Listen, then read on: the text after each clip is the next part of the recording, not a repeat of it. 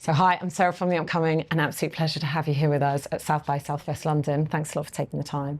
Huge congrats on this movie. For people who haven't seen it yet though, can you give us a brief intro? What can they expect tonight going into The Occupant? Well, The Occupant is a sci-fi thriller about a girl on a desperate quest to save her beloved sister, who's dying of a terminal illness. And she's doing that by trying to make money, going all the way to Georgia. But when she finds out that her sister is kind of like at the end stage, she has to go back home, and that's when her helicopter crashes. And all kind of like hope is lost.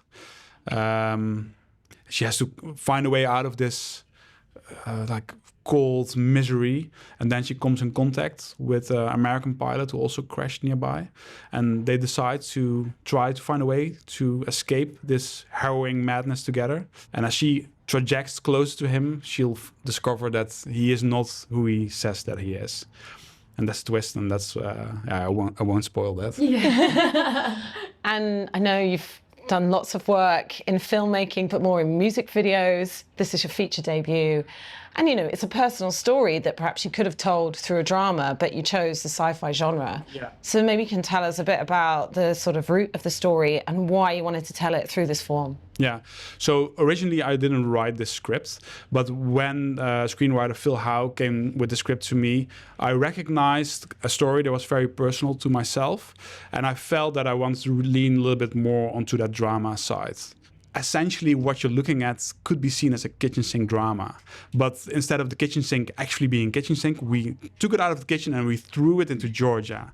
And this is a film about how do you come to accept the most difficult thing in life, and that's losing somebody you love, right? And of course you want to fight for that person, but what are you willing to give up for a chance of survival? And what will you lose in the process? And I want to make this, I want to make that story a little bit more accessible for also a general audience. And that's why we decided to make it this kind of like really harrowing quest in the wilderness. So you're not just looking at sad people in the kitchen. And when the script dropped in your lap, this character of Abby, what was your first thought? I mean, it's not, you know, it's quite a tall order, not only having to hit the emotional core of the story, but also the physicality that comes with it. So what really drew you to the role, and why did you want to play the part? So I think I actually first got the script back in 2019. Yeah. Immediately what struck me is just how much emotion there was on the page, but through the writing. This wasn't just some, oh, here we go, let's throw a character into obscurity and see what happens. There was just so much heart and grit in the character that I really, really it just drew me to her, Abby. And essentially, I think did I not do a bit of an audition? Yeah. I think I did one of the weirdest / coolest / sorry my neighbors audition I have ever done. Which was one of the most intense scenes in this movie that I did on the floor of my living room. Honestly, the thing for me was I'm so used to doing, you know, action. I'm so used to, you know, doing that physicality that you just mentioned. And for me, this was action with layers and layers and layers of emotion, which was really challenging. Then throw on the fact that we'd be doing it in the ice, in the snow, in the wind. Then throw on the fact that I'd probably be absolutely exhausted. And it was just all these layers that I was like, you know what, I think I'm at a stage in my career where I'm like really ready to take on that kind of a character. And it doesn't look like any of this was filmed with a green screen. I mean, and you know, it must have been a pretty grueling shoot, but it really makes a difference because you take the audience to those mountains. You feel like you can feel the cold coming off the screen. It really, honestly, that was it. We were there. I think we've got BTS of us like carrying the equipment up the mountain because, you know, the cars can only take us so far. And it was like that really bonded us as a crew and as a cast in particular, just because, you know, it's like what else is there in bonding than through like trial and tribulation, you know? Yeah. So, and that's also like why we try to do that, shoot everything on location. Because of course there's a way to make your life a lot easier and shoot it on a sound stage with some green screen, or nowadays with like a volumetric even.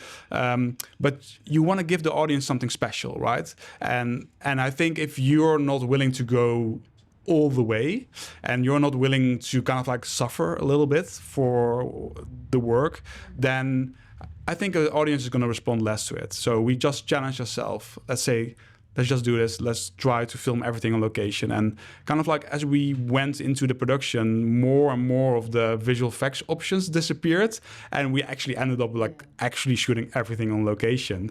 So, but like for me, it was an easier choice probably than for the person in front of the camera, because we were like really well protected in our full tech gear. Ella had to carry this entire movie on her own shoulders through blistering Georgia and later also Northern Ireland, which was also not a very warm place to be, I can tell you.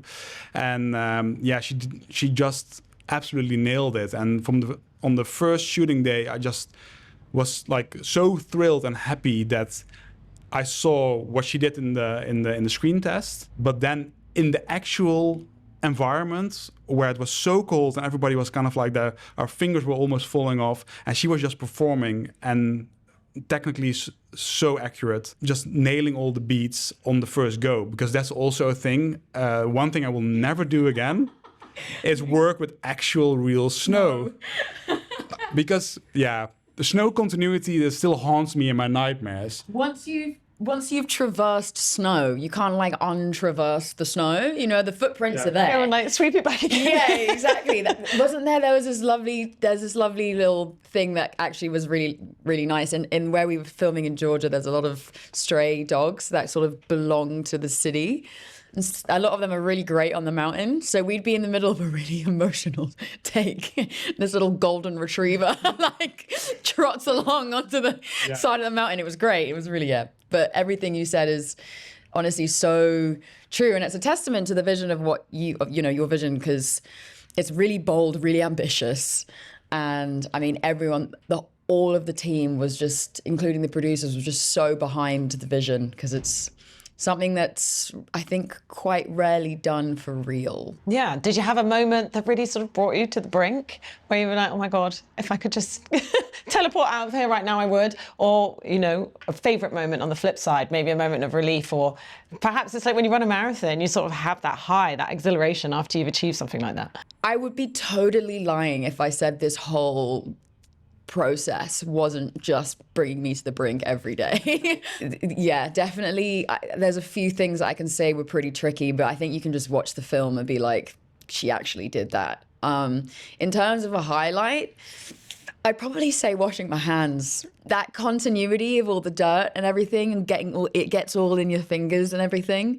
So finally being able to just take a full head to toe full scrub shower when we went from Georgia over to Northern Ireland it was a delight.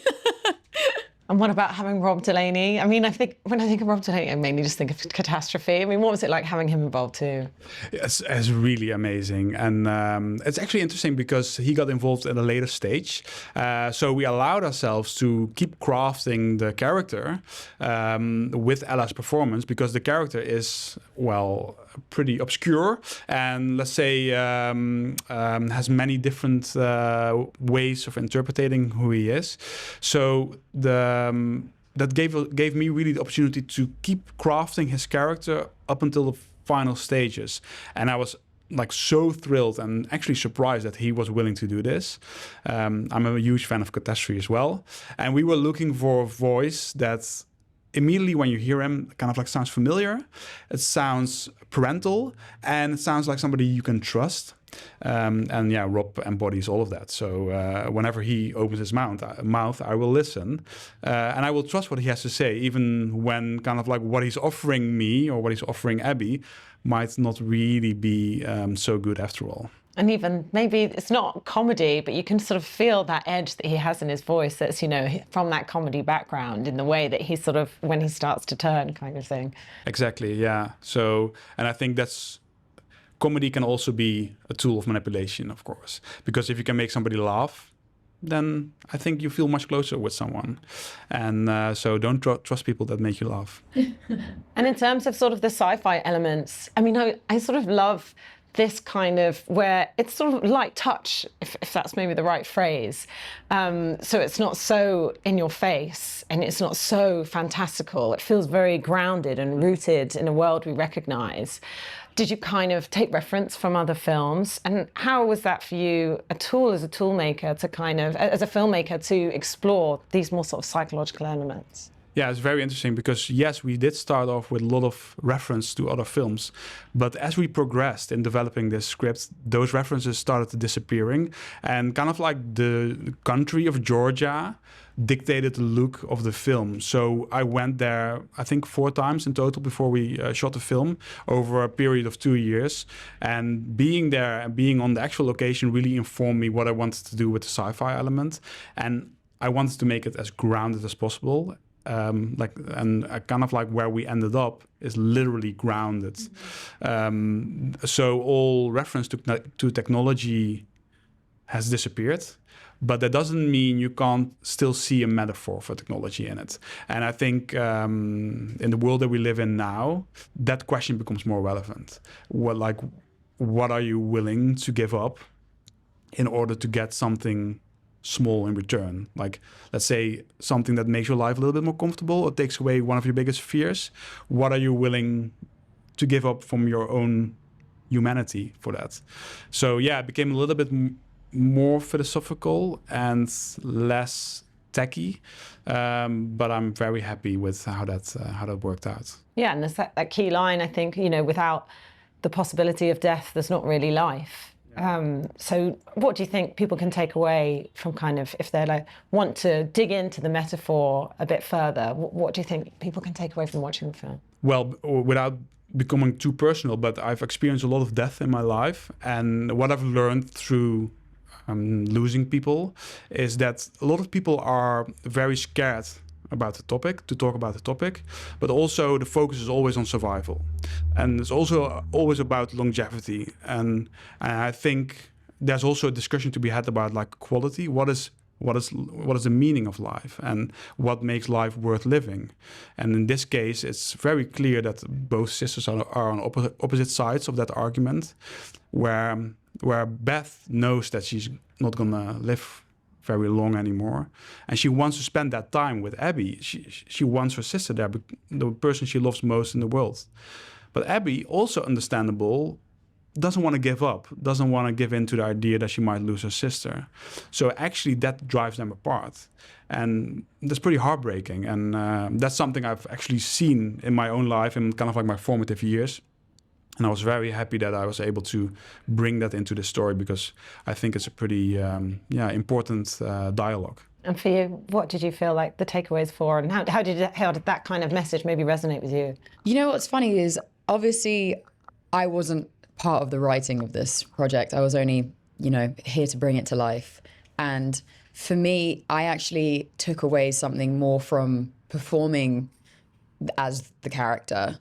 And it's that idea of, I think you kind of nailed it with how far are you willing to go? There are a lot of parallels that make absolutely no sense to anyone who isn't in my mind for me in this character. And being able to really draw upon those and just go, hey, you know what, let's just lay it all on the line sort of vibe. Personally, I think whether you're taking something a little bit more literal or something a little bit more metaphorical, a little bit more distance from the actual core meaning of the film, I think there's something that really resonates for everyone in it. It's really powerful, the way it's been shot, the whole team, the cinematography, everyone did an incredible job. I think that's the best part, is it really strips down everything. It strips down the vanity, it strips down the doing stuff just because it's a movie. It strips all of it down and really just takes you back to the core of what it means to be a human being. And I've definitely experienced that firsthand with this. I think we all did. And now everyone in the theatre gets to experience that too. And just very quickly, so I know you're going to be taken away, but you know, having the premiere here at the inaugural South by Southwest London Festival, going to be having it in front of an audience here tonight. What does that mean to you? It's really special. This one's been a long time coming, I think, for all of us. We're really excited. South by Southwest London is pretty cool to say we're doing this at the first one. And I think everyone's just really pumped. I think we're in a time right now where people really enjoy seeing stuff that's just real, you know? That's especially now. So this is, I think everyone's gonna be really positively surprised by this film. So Thank you so much for you sharing too. all that with me. Huge congrats on the movie. I really enjoyed tonight. Thanks so much. Thank you so much.